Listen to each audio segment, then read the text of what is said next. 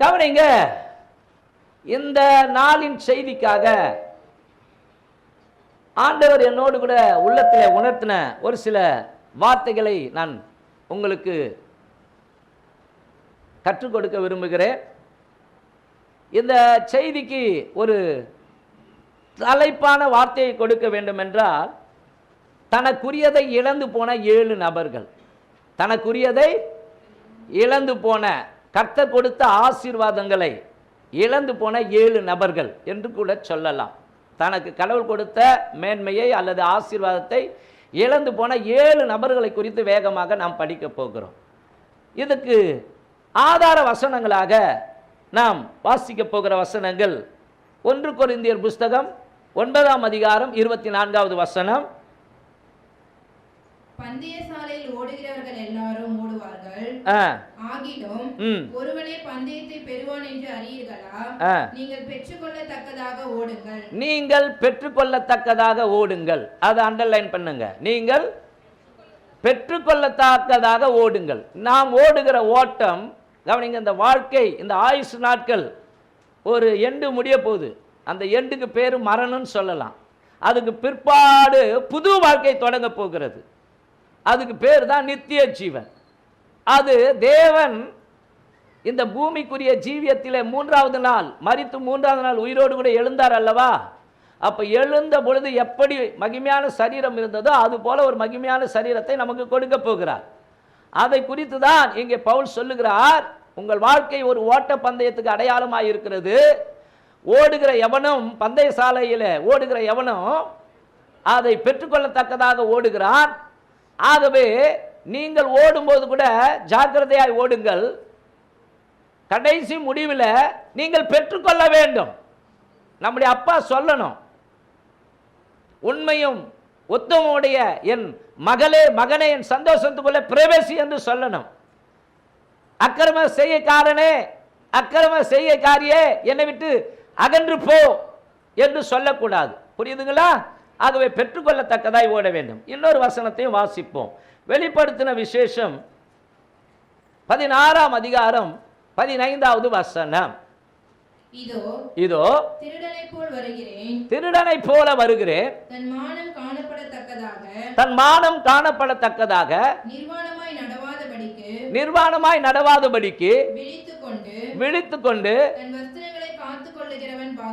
காத்து கொள்ளுகிறவன் பாக்கியவான். இன்றைக்கு ரட்சிக்கப்பட்ட பிள்ளைங்களாம் கரங்களை உயர்த்தி, நான் ரட்சிக்கப்பட்டேன், இயேசுநாதரை ஏற்றுக்கொண்டேன்றவங்க மாத்திரம் கையை உயர்த்தி காட்டுங்க. நான் இயேசுவின் பிள்ளை, நான் இயேசுநாதரை ஏற்றுக்கொண்டேன். ஆமென். கையை போடுங்க. நல்லது. கவனிங்க, கர்த்தரை தமக்கு தெய்வமாக கொண்ட ஜாதியும் அவர் தமக்கு சுதந்திரமாக தெரிந்து கொண்ட ஜனமும் பாக்கியம் உள்ளது என்று வேதம் சொல்லுகிறது. ஆகவே நாம் எல்லாரும் அவர் ஏற்றுக்கொண்ட பிள்ளைகள். கவனிங்க, இப்போ நாம் எல்லாம் நம்முடைய சரீரத்தை, நம்முடைய மானத்தை மறைப்பதற்கு இந்த ஆடையை உடுத்தி இருக்கிறோம். ஆமாவா இல்லையா? ஆனால் தேவன் பார்ப்பதோ உள்ளத்தை. சரிங்களா? தேவன் பார்ப்பதோ இந்த சரீரத்தை அல்ல, உள்ளே இருக்கிற ஆத்மாவையும் ஆவியையும் பார்க்கிறார். ஆண்டவர் ஒரு இடத்திலே சாமுவேல் கிட்ட சொல்லுவார், நீ முகத்தை பார்க்கிறாய், மனுஷனோ முகத்தை பார்க்கிறான், கர்த்தரோ இருதயங்களை பார்க்கிறார் என்று சொல்லி. அப்போ நாம ரட்சிக்கப்பட்டோம். அன்பானவர்களே, இங்கே ஆண்டவர் ஒரு வாக்குறுதி கொடுக்கிறார். இதோ திருடனை போல வருகிறேன், தன்னுடைய மானம் காணப்படத்தக்கதாய் நிர்வாணமாய் நடவாதபடிக்கு. அப்படின்னா நம்முடைய ஆவிக்குரிய மனிதனை மறைப்பது நீதியாகிய வஸ்திரம், ரட்சிப்பின் வஸ்திரம், விசுவாசத்தின் வஸ்திரம், பரிசுத்தம் என்கிற வஸ்திரம். கவனிங்க, ஜெபம் பண்ணும்போது அது ஒரு வஸ்திரம். அல்லேலூயா. பரிசுத்தவான்களோடு கூட ஐக்கியமா இணைந்து கடவுளுக்காக ஊழியம் செய்வது அது ஒரு வஸ்திரம். இப்படி நம்ம ஆண்டவருக்காக செய்யும் பொழுது கவனிங்க, ஆவிக்குரிய வஸ்திரம் நம்மை மூடுகிறது. நம்ம ஆண்டவருடைய பார்வையில அலங்காரமான ஒரு கிரீடமாய் இருப்போம், அலங்காரமான ஒரு மனிதனாய் இருப்போம், நிர்வாணமாய் நாம் இருக்க மாட்டோம். ஆனால் இங்க எச்சரிக்கை ஒன்று கொடுக்கப்படுகிறது. இதோ திருடனை போல வருகிறேன், தன் மானம் காணப்படத்தக்கதாய் நிர்வாணமாய் நடவாதபடிக்கு விழித்து கொண்டு. அப்படின்னா ஜாக்கிரதையாய் கவனமாய் இருந்து கொண்டு தன்னுடைய வஸ்திரங்களை காத்துக் கொள்ளுகிறவன் பாக்கியவான். இன்னொரு வசனத்தையும் நாம் வாசிக்க போகிறோம். வெளிப்படுத்தின விசேஷம் 3ஆம் அதிகாரம் 11வது வசனம். இதோ சீக்கிரமாய் வருகிறேன், ஒருவனும் உன் கிரீடத்தை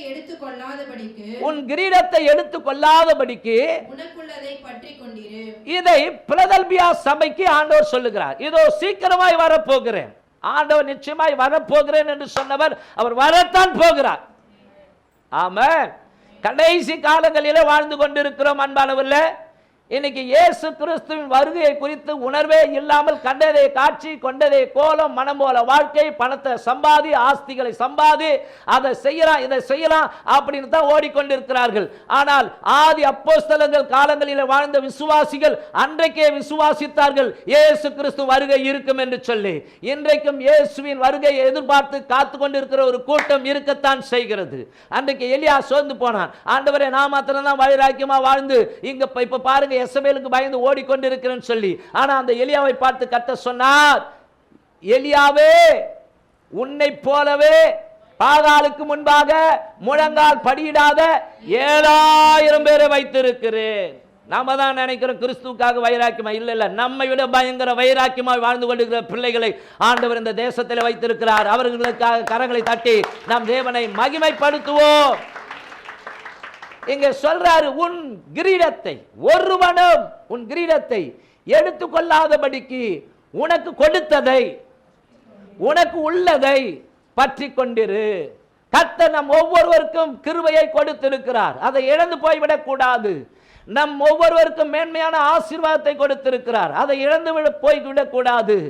பைபிளை படிக்கிறோம், கவனிங்க. தேவன் தம்முடைய ஒரே பேரான குமாரனை விசுவாசிக்கிற எவனோ அவன் கெட்டு போகாமல் நித்திய ஜீவனை அடையும்படிக்கு அவரை தந்தருளி இவ்வளவாய் உலகத்தில் அன்பு கூர்ந்தார். அந்த அவர் என்கிறவர் கர்த்தராகிய இயேசு கிறிஸ்து. அவரை இதயத்தில் ஏற்றுக்கொண்ட பிள்ளைகள் ரட்சிக்கப்பட்டிருக்கிறார்கள். ஆனால் வாக்கியம் சொல்கிறது, முடிவு பரியந்தம் நிலைத்திருக்கிறவனே ரட்சிக்கப்படுவான். ஒருவன் பின்வாங்கி போவானானால் அவன் மேல் என் ஆத்துமா பெரியமா இராது. இவ்வளவு பெரிதான ரட்சிப்பை குறித்து கவலை அற்றவர்களாய் இருப்போமானால் தண்டனைக்கு எப்படி தப்பித்து கொள்ள முடியும்? நீதிமானே ரட்சிக்கப்படுவது அரிதா இருக்குமானால் துன்மார்க்கனும் கடவுள் இல்லை என்று சொல்கிறவனும் கதி பயங்கர பரிதாபமான கதி. ஆகவே இந்த உலக வாழ்க்கைக்கு பிற்பாடு ஒரு வாழ்க்கை தொடங்க போகிறது. அதுதான் உண்மையான வாழ்க்கை, அதுதான் நித்தியமான வாழ்க்கை, அதுதான் தெய்வம் கொடுக்கிற சாவே இல்லாத வாழ்க்கை. ஆமென், அல்லேலூயா. அப்ப இந்த உலகத்தில் இயேசுவை ஏற்றுக்கொண்டு ரட்சிப்பை காத்துக்கொண்டு விசுவாசத்தை காத்துக்கொண்டு பரிசுத்தத்தை காத்துக்கொண்டு கர்த்தருடைய வார்த்தைக்கு கீழ்ப்படிந்து அவருடைய ஆலயத்துக்கு சென்று ஒவ்வொரு வாரம் அவரை தொழுது கொண்டு அவருடைய ஜீவியத்தில் அவருக்கு சாட்சியாக கனி கொடுக்கிற வாழ்க்கை வாழ்கிற பிள்ளைகளுடைய ஜீவியத்தில் சாத்தானால் எதையுமே பறிக்க முடியாது. ஆமென். ஆண்டவர் ஒரு இடத்துல சொல்லுவார், இதோ இந்த உலகத்தின் அதிபதி என்னிடத்தில் வருகிறான், அவனுக்கு என்னிடத்திலிருந்து எடுத்துக்கொள்ள ஒன்றும் இல்லை. என்னிடத்திலிருந்து எடுத்துக்கொள்ள ஒன்றும் இல்லை. அன்பானவர்களே, உங்களுக்குள்ளாய் ஒரு பொக்கிஷம் இருக்கிறது. அது விலையேறப்பட்ட ரட்சிப்பு. ஆமென். சத்தமே வரல பாருங்க. விசுவாசம் இல்லையா உங்களுக்கு? இந்த கடைசி காலங்களிலே உணர்வற்ற கிறிஸ்தவர்களாக ஏனோ தானே என்கிற வாழ்க்கையில நீ வாழ்வானே ஆனால் உன் வாழ்க்கை பரிதாபமான ஒரு வாழ்க்கையாக இருக்கும். ஆகவே இந்த காலை வேளையிலே கடவுள் உங்களுக்கு எனக்கும் கொடுக்கிற ஒரு எச்சரிப்பின் செய்தி தான். கவனிங்க. ஸ்தோத்திரம். உனக்குள்ளதை எனக்குள்ளதை தேவன் கொடுத்ததை நாம் காத்து கொள்ள வேண்டும். ஸ்தோத்திரம். இந்த செகண்ட் போதுங்க நம்ம எழுந்து போவதுக்கு. ஆகவே ரொம்ப கவனமாய் ஓட வேண்டும். புரியுதுங்களா? ஒரு கோடீஸ்வர பணக்காரன் இருந்தான், பெரும் பணக்காரன். அவனுடைய தொழிலே ஆங்காங்கே பெரிய பெரிய வீடுகளை கட்டி விற்கிற ஒரு தொழில். அவங்கிட்ட ஒரு இன்ஜினியர் வேலை செய்து கொண்டிருந்தார். அவர் ஒரு 15 வருஷம் அவங்கிட்ட வேலை செய்து கொண்டிருந்தார். அவனுக்கு சில நண்பர்கள் அவன் காதுல எத்தனை நாளைக்கு இந்த ஓனர்கிட்டயே நீ வேலை செஞ்சு உண்மையும் உத்தமமாக ஓடுவ, நீ தனியா வா அப்படின்னு சொல்லி அவன் மனசுல நஞ்ச விதைக்க ஆரம்பிச்சாங்க. அவனும் போய் ஓனர்கிட்ட, ஐயா நான் தனியா போய் தொழில் செய்ய போறேன், ஆகவே நான் விலகிடுறேன் அப்படின்னு சொன்ன உடனே அவர் சொன்னாரா, நல்லது இன்ஜினியரு, இவ்வளோ வருஷம் என்கிட்ட இருந்துட்டீங்க, இன்னும் ஒரே ஒரு வீட்டை கட்டி கொடுத்துட்டு போங்க அப்படின்னு சொன்னோன்னே அந்த வீட்டின் பட்ஜெட் 1 கோடி ரூபாய். அவரும் அதுக்கேற்ற அந்த வீட்டை கட்ட ஆரம்பித்தார். இப்போ இதுவரைக்கும் உண்மையும் உத்தமமாய் செய்தவர் இப்போ என்ன ஆச்சுன்னா, அவருடைய நெஞ்சில நஞ்ச ஜனங்க கலந்துட்டபடினால ஏனோ தானோ என்று தரமற்ற இரும்புகளை, தரமற்ற சிமெண்ட்டை, தரமற்ற பொருட்களை எல்லாம் கலந்து ஏனோ தானோன்னு கட்டி பார்வைக்கு நல்லா இருக்குது, ஆனால் சீக்கிரம் அந்த வீடு இடிந்து போய்விடும். அப்படிப்பட்ட ஒரு வீட்டை கட்டி கொடுத்து கவனிங்க, சாவியை கொண்டு போய் கொடுக்கிறார். அந்த வீட்டை அவர் பெரும் தொகைக்கு யாருக்காவது விற்க வேண்டும், ஆமாவா இல்லையா? அந்த சூழ்நிலையில் அப்பொழுது அந்த இன்ஜினியரை பார்த்து, இப்பொழுது நீங்கள் கட்டி முடித்தீர்களே இந்த அழகான வீடு, இந்த வீடு யாருக்கும் அல்ல, இந்த வீடு உங்களுக்கு தான். ஏனென்றால் 15 வருடம் என்னிடத்தில் இருந்து உண்மையும் உத்தமமாக நீங்கள் செயல்பட்டபடினாலே இதை உங்களுக்கு பரிசாய் கொடுக்கிறேன்னு சொல்லி சாவி அவர் கையில் கொடுத்த உடனே அவனுக்கு எப்படி இருந்திருக்கும் யோசிச்சு பாருங்க, எப்படி இருந்திருக்கும். அதுபோல தான் அன்பானவர்ல, உங்களை நம்பி என்னை நம்பி அப்பா ரட்சிப்பை கொடுத்திருக்கிறார். உனக்காக எனக்காக தான் சிலுவையில் அந்த கேடு அனுபவித்தார். அவருடைய முகமே அருவருக்கத்தக்கதாக இருந்தது. அவர் சிலுவையில் 6 மணி நேரம் கவனிங்க, வானத்துக்கும் பூமிக்கும் அவர் தொங்கிக் கொண்டிருந்தார். காரணம், உன்மேல் என்மேல் இருக்கிற சாபத்தை நீக்கும்படிக்கு, உன்மேல் என்மேல் இருக்கிற பாவத்தை நீக்கும்படிக்கு, உன் நோய்கள் என் நோய்கள் சுகமாகும்படிக்கு, உன்னுடைய பலவீனங்கள் என்னுடைய பலவீனங்கள் நீங்கும்படிக்கு ஆண்டவராகிய இயேசு கிறிஸ்து சிலுவையில் அந்த பாடுகளை அனுபவித்தார். ஆமென். அப்படிப்பட்ட இறைவன் நம்மை நம்பி கொடுத்த அந்த ரட்சிப்பை நாம கரைப்படுத்தலாமா? யோசிச்சு பாருங்க, கரைப்படுத்தலாமா? எவனோ தானே ஒரு வாழ்க்கை வாழலாமா? இஷ்டத்துக்கு ஓடலாமா? எல்லாவற்றையும் அனுபவிக்க எனக்கு அதிகாரம் உண்டு, எல்லாம் தகுதியாயிராது. எல்லாவற்றையும் அனுபவிக்க எனக்கு அதிகாரம் இருந்தும் ஒன்றுக்கும் அடிமைப்பட மாட்டேன். எல்லாவற்றையும் அனுபவிக்க எனக்கு அதிகாரம் இருக்கிறது, ஆனால் அவைகள் எல்லாம் பக்தி விருத்தியை கொடுக்காது என்று பவுல் சொல்லி இருக்கிறார். ஆமென். ஆகவே என் அன்பான தேவச்சனமே, இந்த காலை வேளையில வேதத்திலே கூட அப்படிப்பட்ட நல்ல ஆசீர்வாதங்களை கொடுத்து அழைத்து அவர்களை கனப்படுத்தி வைத்திருந்த அப்படிப்பட்ட வேதத்தில் இருக்கிற நபர்கள் கூட பெற்றுக்கொண்டதை இழந்து போனார்கள். அந்த இழந்து போன 7 நபர்களை குறித்து வேதத்தில் இன்றைக்கு சீக்கிரமாக நம்ம வாசிச்சு முடிவில் ஜெபம் பண்ணி தேவ சமூகத்தில் நம்மை ஒப்பு கொடுக்க போகிறோம். முதலாவது ஒரு நபர், அவருக்கு சிறப்பான ஒரு அழகான வீட்டை கர்த்தர் கொடுத்தார், ஆனால் அந்த வீட்டை அவன் இழந்து போனான். வாசிப்போம். ஆதியாகமம் புஸ்தகம் 3ஆம் அதிகாரம் 23வது வசனம் 24வது வசனத்தை வாசிக்க கேட்போம்.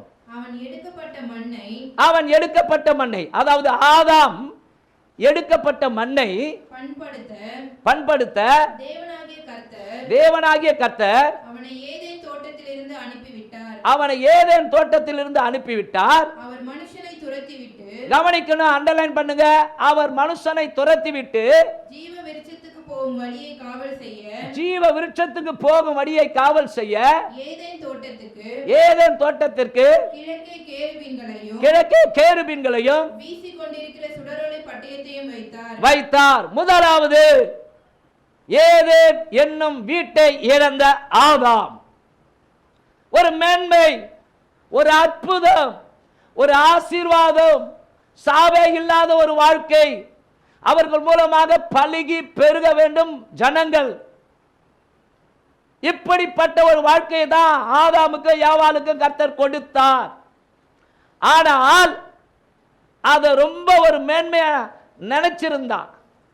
கவனிங்க, பைபிள்ல படிக்கிறோம், ஆதாமுக்கு தோட்டத்திலே ஒரு வேலையை கொடுத்தார், பண்படுத்தவும் பாதுகாக்கவும். ஏன்னா அவருக்கு தெரியும் எதிராளியாகிய சாத்தான் ஒருவன் இருக்கிறான், நிச்சயமாக நான் படைத்த மனுஷனை அவன் கெடுப்பான், அவனுக்கு இவன் இடம் கொடுக்க கூடாது என்று சொல்லி ஆண்டவர் சொன்னார்.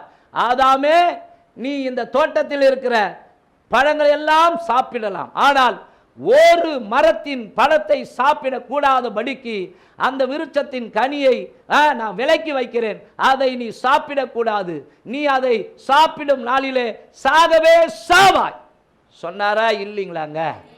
ஆமென்.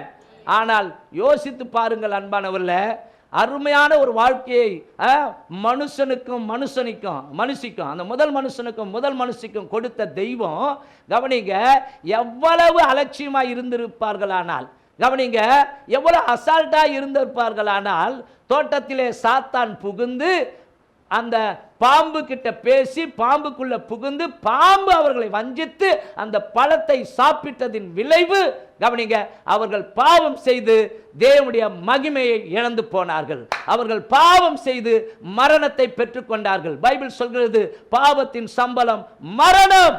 ஆமென். சாவே இல்லாத ஒரு வாழ்க்கையை கொடுத்த இறைவன், கவனிங்க, மேன்மையா அவர்களை வச்ச அந்த வீட்டை அவங்க இழந்து போனார்கள். இப்ப மனுஷன் தப்பு பண்ணிட்டான்.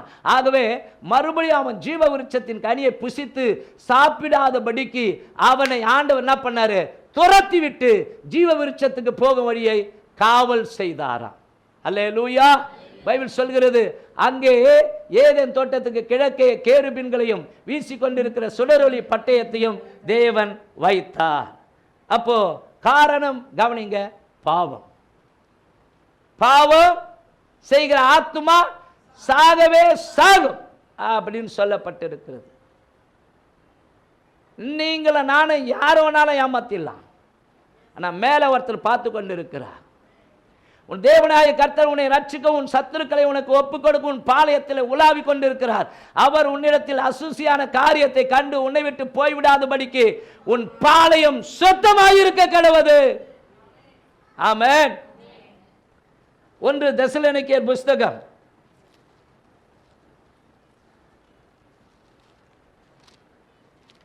5ஆம் அதிகாரம் 23 படிங்க பார்க்கலாம்.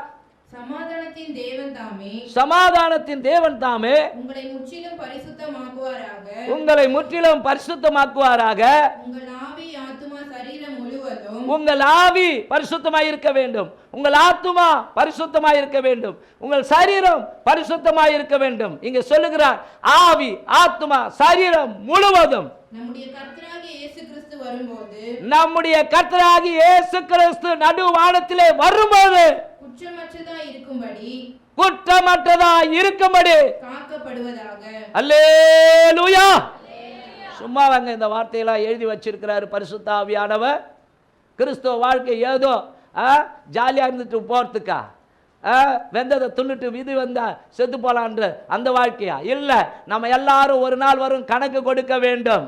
கிறிஸ்துவின் நியாயாசனம் என்று ஒரு நியாயாசனம் இருக்கிறது. ஆமா, வெள்ளை சிங்காசன நியாய தீர்ப்பு ஒன்று உண்டு. ஆனால் கிறிஸ்துவுக்காக ஒரு நியாய தீர்ப்பு இருக்கிறது. அது கிறிஸ்துவின் நியாய தீர்ப்பு. அந்த இடத்துல பதிவு செய்கிறார் பவுல். ஏனென்றால் சரீரத்தில் அவனவன் செய்த நன்மைக்காவது தீமைக்காவது தக்க பலனை அடையும்படிக்கு கிறிஸ்துவின் நியாயாசன தண்டையில் நாம எல்லாரும் வெளிப்பட போகிறோம். ஆமென். ஆகவே ஸ்தோத்திரம். அல்லேலூயா. உங்களுடைய வாசஸ்தலத்தை இழந்து போய்விடக்கூடாது, உங்கள் வீட்டை இழந்து போய்விடக்கூடாது. ஸ்தோத்திரம். அல்லேலூயா. ஆமா, சரீரம் தான், கவனிங்க, நம்முடைய வீடு. இந்த சரீரத்தை கெடுத்துக்கொள்ள நமக்கு உரிமை கிடையாது. சரிங்களா?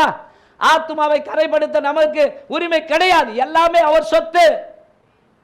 வாடகை வீடு, வாடகை விட்ட கண்ணா பின்னான்னு வச்சிருந்தா வீட்டு ஓனர் வருவான், 1 மாசம் டைம் கொடுப்பான், 2 மாசம் 3ஆம் மாசம் துரத்தி அடிப்பான், போடா வெளியே அப்படின்னு சொல்லி. ஆமாவா இல்லையா? நம்முடைய தேவனும் பரிசுத்தமான தெய்வம். நம்மை அசுத்தத்திற்கு அல்ல பரிசுத்தத்திற்கு அழைத்திருக்கிறார். ஆமென். தேவன் பரிசுத்தமானவர். ஆகவே ஸ்தோத்திரம். கவனிங்க, நான் பிதாவானால் எனக்கு பயப்படுகிற பயம் எங்கே அப்படின்னு ஆண்டவர் கேட்கிறார். ஆகவே ஏதோ ஜாலியா அப்படியே கேட்டுட்டு ஓடுற வாழ்க்கை இல்லை கிறிஸ்தவ வாழ்க்கை. அவருக்கு கணக்கு கொடுக்க வேண்டிய ஒரு வாழ்க்கை. ஆமென். சிந்தனைகளுக்கு நியாய தீர்ப்பு உண்டு. நம்முடைய வாயிலிருந்து வருகிற வார்த்தைகளுக்கு நியாய தீர்ப்பு உண்டு. அந்த ரங்கத்திலே நாம் செய்த செயல்களுக்கு நியாய தீர்ப்பு உண்டு. ஆமென். ஸ்தோத்திரம். இன்னைக்கு அப்படியே மேல் பூச்சா கதை சொல்லி ஜாலியா சிரிக்க வச்சு ஆஹா பிரசங்கம் சூப்பர்ப்பா அப்படின்ற காரியத்துக்கு தான் ஜனங்கள் செவி கொடுக்கிறார்கள். இல்லைங்க, ஸ்தோத்திரம். நம்ம எல்லாரும் ஒரு நாள் கணக்கு கொடுக்க வேண்டும். வாழ்ந்த வாழ்க்கைக்கு கணக்கு கொடுக்க வேண்டும். ஆகவே ஜாக்கிரதையாயிருங்கள். இந்த ரட்சிப்பிலே முடிவு பரியந்தம் நிலைத்திருங்கள், இழந்து போகாதீர்கள். எத்தனை பேர் ஆமென் சொல்றீங்க?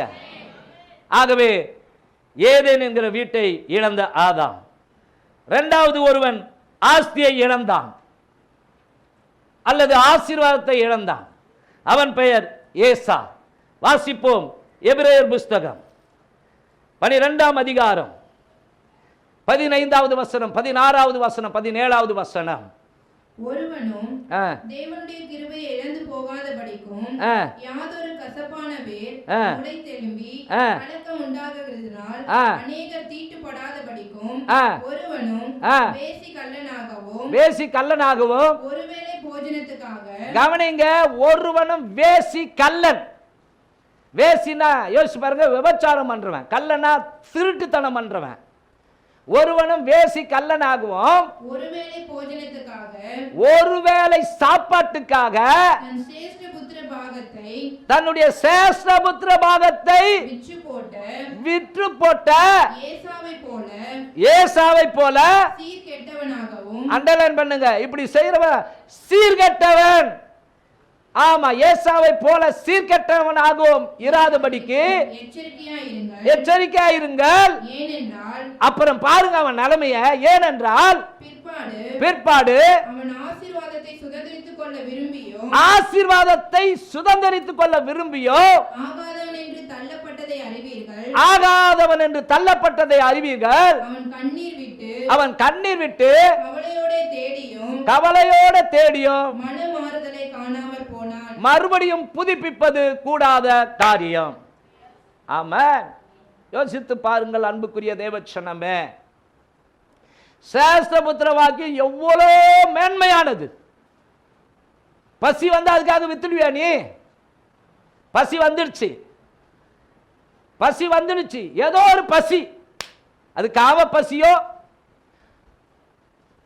அல்லது உலகத்தின் மேல இருக்கிற ஆசை பசியோ அல்லது எந்த பசியோ எனக்கு தெரியாது. அதுக்காக ஸ்தோத்திரம், உன்னுடைய விலையேறப்பட்ட ரட்சிப்பை நீ விற்க ஆரம்பிப்பாயா சாத்தானுக்கு?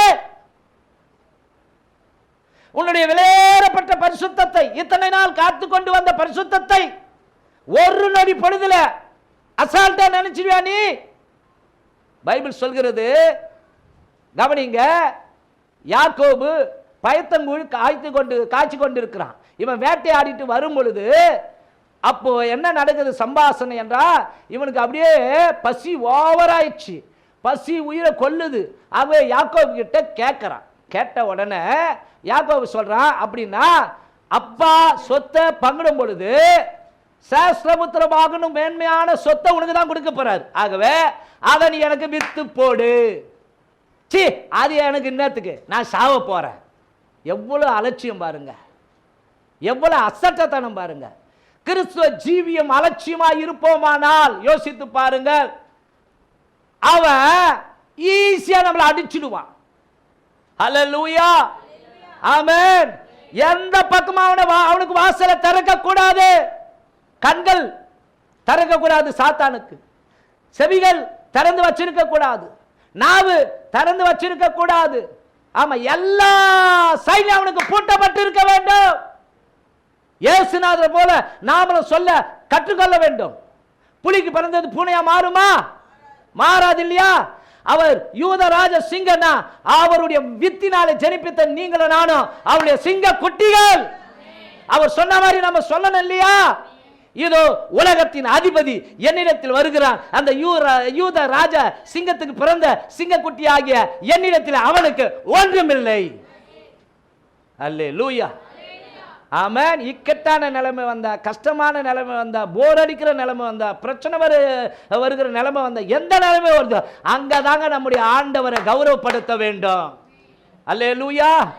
நம்முடைய ஆண்டவரை சாத்தானுக்கு முன்பாக தலை நிமிர வைக்க வேண்டும். பார்த்தாயா சத்துருவே, என் பிள்ளை பரிசுத்தத்தை ஏற்கல, என் பிள்ளை விசுவாசத்தை ஏற்கல, என் பிள்ளை என்னுடைய வார்த்தைக்கு செவி கொடுத்து கனி கொடுக்கிற வாழ்க்கை வாழ்ந்து கொண்டிருக்கிறான்.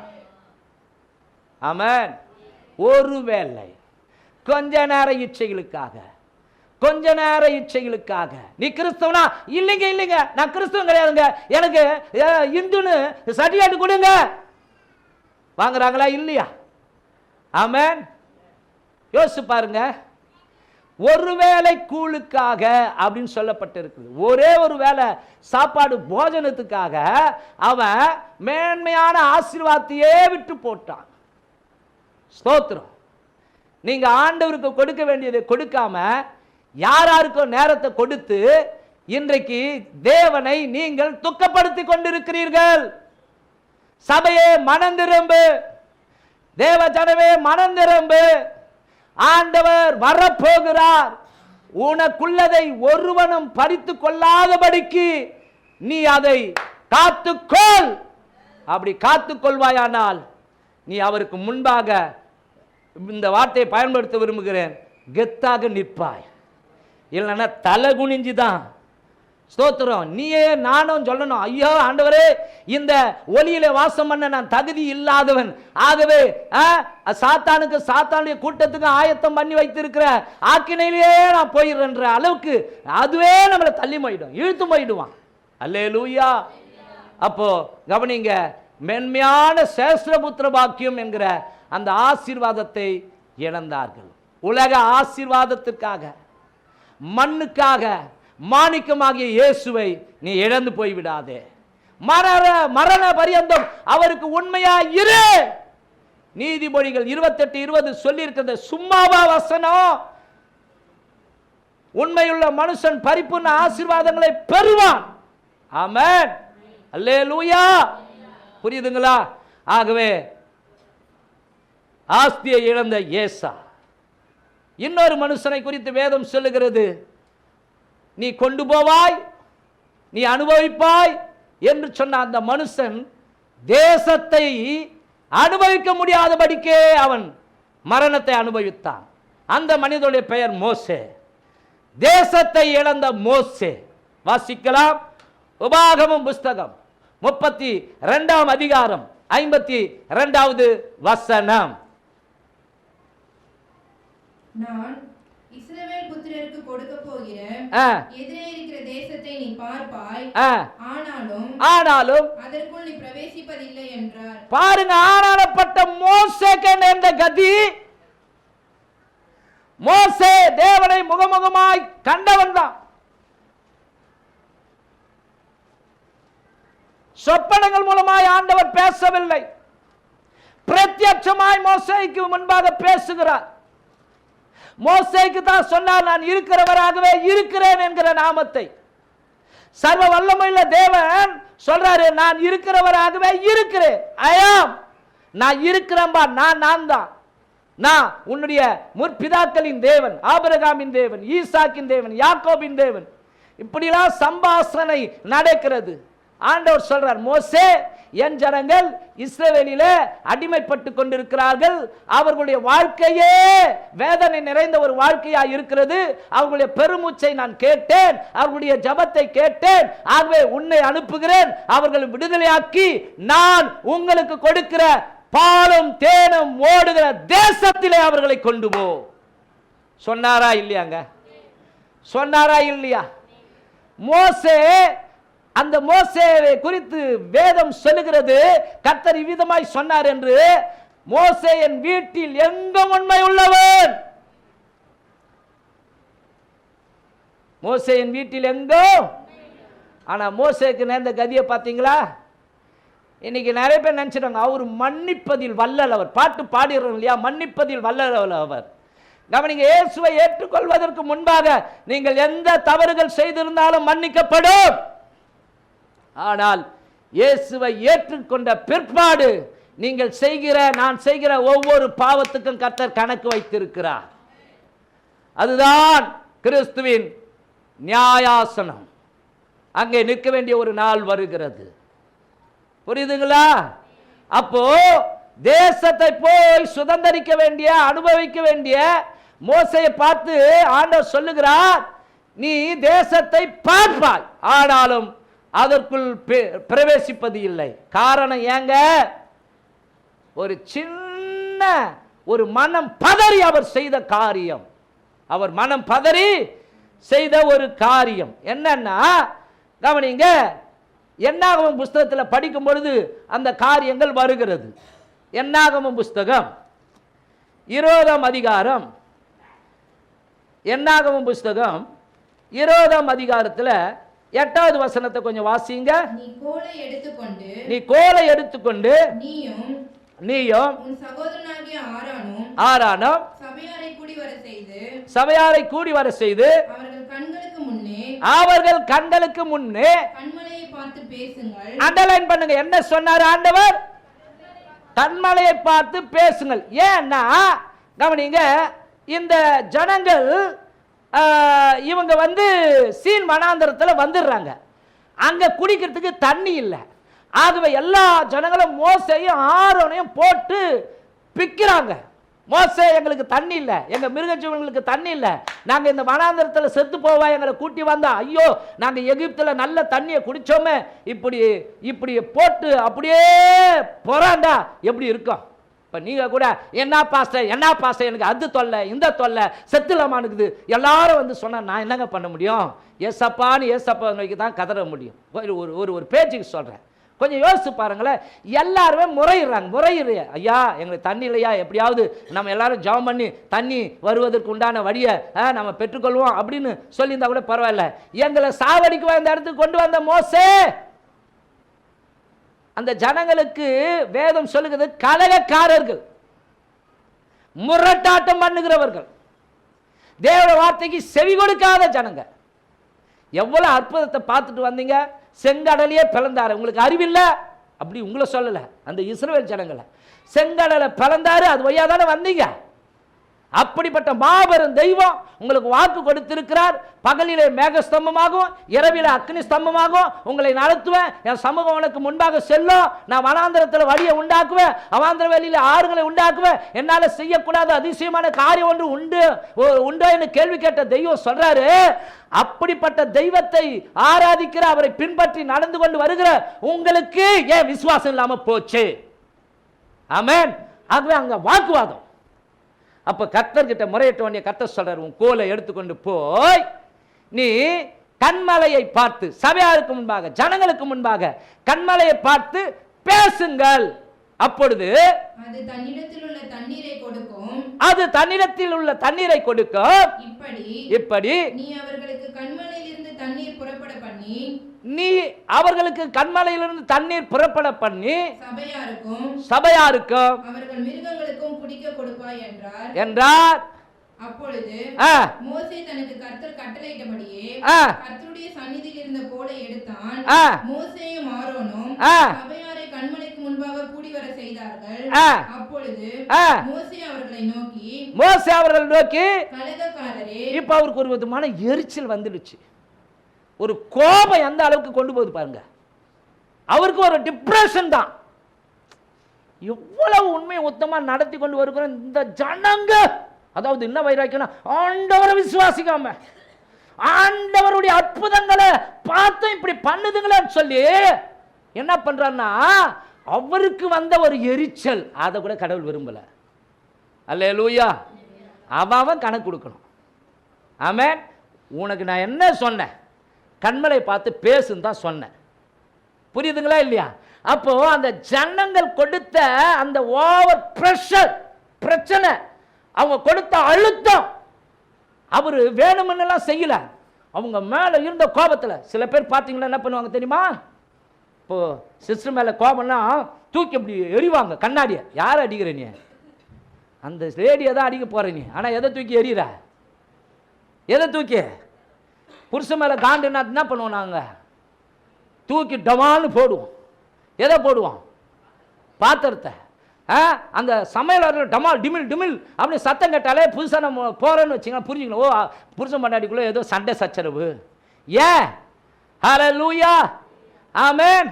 எல்லாரும் உட்காந்து மனம் விட்டு பேசினா பிரச்சனைகளுக்கு முடிவு உண்டாகும். ஏங்க, முடிவே இல்லாத பிரச்சனை இந்த உலகத்தில் இருக்குதா? எல்லா பிரச்சனைகளுக்கும் 2 கருப்பு அட்டைக்குள்ள இருக்கிற இந்த புஸ்தகமாகிய பைபிளுக்குள்ள தீர்வு இருக்கிறது. இது சொல்றத நீங்க யாருமே கேட்க மாட்டேன்றீங்க. புரியுதுங்களா? அப்போ இவர் பயங்கரமான ஓவரா மிஞ்சிட்டார் ஆண்டவரை விட. கை தட்டலாமா? யாரு? மோசே ஓவரா மிஞ்சிட்டாரு. பொல்லாத ஜனங்களே, கலகக்காரர்களே அப்படின்னு சொல்லி உங்களுக்கு இந்த கண்மலையிலிருந்து நாங்கள் தண்ணீர் புறப்பட பண்ணுவோமோ என்று சொல்லி கவனிக்கணும். ஆண்டவர் என்ன சொன்னாரு? கண்மலை பார்த்து பேசுங்கள். ஆனா கவனிங்க, இவரே கர்த்தருடைய வார்த்தையை மீறும்படிக்கு அந்த ஒரு சம்பவம் நடந்துச்சு பாருங்க. ஆத்திரக்காரனுக்கு புத்தி மட்டு. கோபம் வந்தா தலைய பிச்சுக்குவாங்க. பாத்தீங்களா? நான் பிச்சு உங்களுக்கு ஆக்டிங் பண்ணி காமிப்பேன். பார்த்துக்கிறீங்களா? ஐயோ காட்டுவாங்க சில பேர். ஐயோ ஐயோ அப்படியா அப்படியெல்லாம் பிச்சு. அதாவது அவங்களால அது என்ன, அது என்ன ஆவி? அது நமக்கு ஆண்டவர் கொடுத்திருக்கிறது கட்டுப்பாட்டின் ஆவியானவர். வந்துட்டா தங்கி தான் இருப்பார். அவர் போயிட்டு அப்பப்போ வருவரா? அது பழைய ஏற்பாட்டு காலம். உள்ளதானே இருக்கிறாரு. அப்போ அவர் உணர்த்த மாட்டாரா? அப்படியே தொலை பிச்சுக்குன்னு உங்களோட வாழ்த்தை விட சத்தலான்னு இருக்குது. சொல்லுவாங்க பார்த்தீங்களா? அல்லேலூயா. நீங்கள் யாருன்னு சண்டை சச்சரவு வரும்போது தான் உங்கள் பரிசுத்தலாம் அப்போ தெரியும்.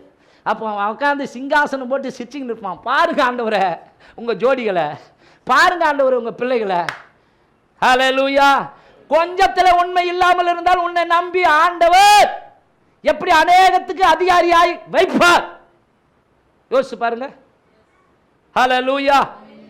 சோதனை பிரச்சனை அந்த காலகட்டத்தில் தான் நம்மளை குறித்து நமக்கே தெரியும். ஆடடா நான் வெத்து இதுக்கு முன்னாடி கம்பீரமா பேசின்னு இருக்கிற ஆளு ஃபெய்த் ஆண்டவருக்காக விடுரு சரியா அப்படின்லாம் இங்க மறைச்சிட்டு எனக்கு பிரச்சனை வந்த உடனே தான் என்னுடைய உண்மையான ஃபெய்த் தெரியுது.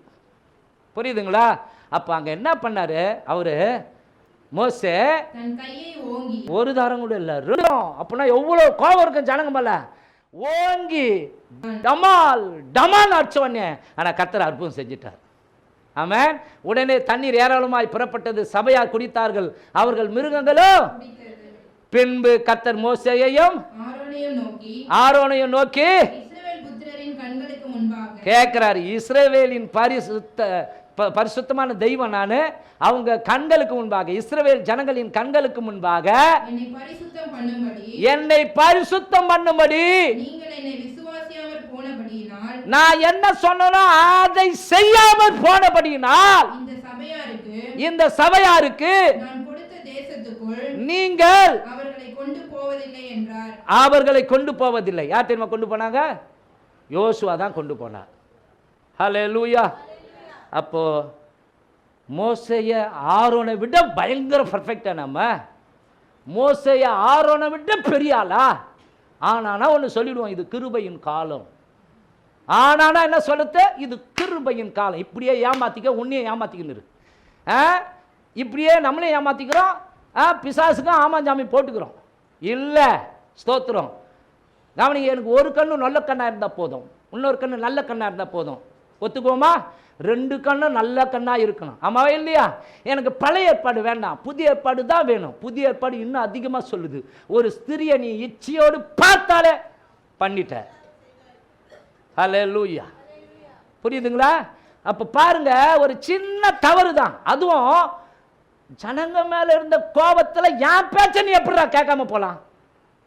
அவங்க பண்றது பண்ணின்னு தான் இருப்பாங்க. இது உனக்கு சாத்தா வைக்கிற ஒரு டெஸ்டா இருக்கு. எத்தனை பேர் ஆமென் சொல்றீங்க? ஹல்லேலூயா. சில நேரங்கள் ஐயோ தாங்க முடியல, ரோதனை தாங்க முடியல, பிரச்சனை தாங்க முடியல, உபத்திரம், அதுல இருந்து ஜெயிச்சு நீ அடுத்த கட்டத்துக்கு வர வரைக்கும் வந்துக்கிட்டே தான் இருக்கும். ஆமென். அந்த இடத்துல தான் ஆண்டவருடைய வார்த்தைகளை விசுவாசித்து கனி கொடுக்க வேண்டும். சாத்தானை கவனிங்க, மட்டம் தட்டும்படியாக, அவன் வெக்கப்பட்டு ஓடும்படியாக வார்த்தையில நீங்க நிலை நிற்க வேண்டும். அப்போ இந்த ஒரு தவறை செய்தபடினால ஆண்டவர் எதிரே இருக்கிற கானானை நீ பார்ப்பாய், அதற்குள் பிரவேசிக்க மாட்டாய். நான்காவது, கர்த்தருடைய ஆவியானவரை இழந்த சிம்சோன். வாசிக்கலாமா? நியாயாதிபதிகள் புஸ்தகம் 16ஆம் அதிகாரம் 20வது வசனம் 21வது வசனம். அப்பொழுது அவர் சிம்சோனே, பெலிஸ்தர் உன்மேல் வந்து விட்டார்கள் என்றால் அவன் நித்திரை விட்டு விழித்து கர்த்தர் தன்னை விட்டு விலகினதை அண்டர்லைன் பண்ணுங்க. கர்த்தர் தன்னை விட்டு விலகினதை அல்லது கர்த்தருடைய பரிசுத்த ஆவியானவர் அவனை விட்டு விலகினதை எப்போதும் போல உதறிவிட்டு அறியாமல் எப்போதும் போல உதறி போட்டு வெளியே போவேன் என்றான். பெலிஸ்தர் அவனை பிடித்து அவன் கண்களை பிடுங்கி, எவ்வளவு பரிதாபம் பாருங்க, அவன் கண்களை பிடுங்கி அவனை காசாவுக்கு கொண்டு போய் அவனுக்கு 2 வெண்கல விலங்கு போட்டு அவனுக்கு கையிலே 2 வெண்கல விலங்கு போட்டு சிறைச்சாலையிலே மாவரைத்து கொண்டிருக்க வைத்தார்கள். கையா தட்டி ஸ்தோத்திரம் பண்ணுவோமா? ஐயோ கடவுளே, எவ்வளவு மேன்மையா இருக்க வேண்டியவன் கடைசியில மாவாற்றாம பாருங்க. 2 கண்ணம் பிடுங்கப்பட்டு அவன் மேல வச்ச அபிஷேகம் அப்படிப்பட்ட மேன்மையான ஒரு அபிஷேகம் யாருக்குமே கிடையாது. ஆமென். சிம்சோன் பிறந்தது முதல் தேவனுக்கென்று நசரேயனாய் இருப்பான், அவன் தலையில் சவரகன் கத்தி படக்கூடாது ஆண்டவர் சொல்லி இருக்கிறார். அப்படிப்பட்ட விரதமுடைய இருந்த சிம்சோன் மேல கர்த்தருடைய ஆவியின் அபிஷேகம் வல்லமையா இறங்கும். அப்படி இறங்கும் பொழுது கவனிங்க, அவன் ஒரு திராட்சை தோட்டங்கள் வழியாக போய் கொண்டிருக்கும் போது எதிர ஒரு பாலசிங்கம் வருது. அந்த பாலசிங்கம் வந்தவனே கர்த்தருடைய பரிசுத்த ஆவியானவர் அவன் மேல இறங்கின உடனே ஒரு ஆட்டுக்குட்டியை கிழிக்கிறது போல சிங்கத்தை கிழித்து போட்டான். இப்ப கையை தட்டுங்க, இதுக்கெல்லாம் கையை தட்டணும். அவன் மாவாரிக்க ஆரம்பிச்சானோடனே கையை தட்டுறீங்க. அப்ப எவ்வளவு வல்லமை! ஒரு சிங்கம் இந்த உள்ள வந்துட்டா நான் சொல்லிட்டேங்களே, யாருமே எதிர்த்து நீங்க மட்டும் அவங்கவுங்க எகிரி குச்சி ஓட தான் பார்ப்போம்.